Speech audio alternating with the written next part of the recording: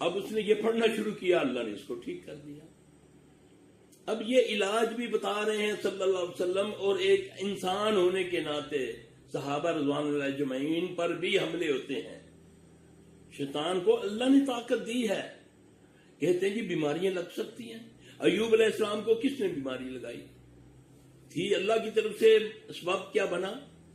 اللہ قرآن میں فرماتے ہیں کہ میرے بندے ایوب نے مجھ کو نادا کی، ربی اعوذ باللہ من الشیطان ربی انی مسنی الشیطان بنصب وعذاب، اے اللہ یہ جو مجھے تکلیف ہوئی ہے، کس چیز کو، کیا تکلیف تھی ان کو خارش کی، جلد کی پرابلم تھی۔ یہ قرآن ہے۔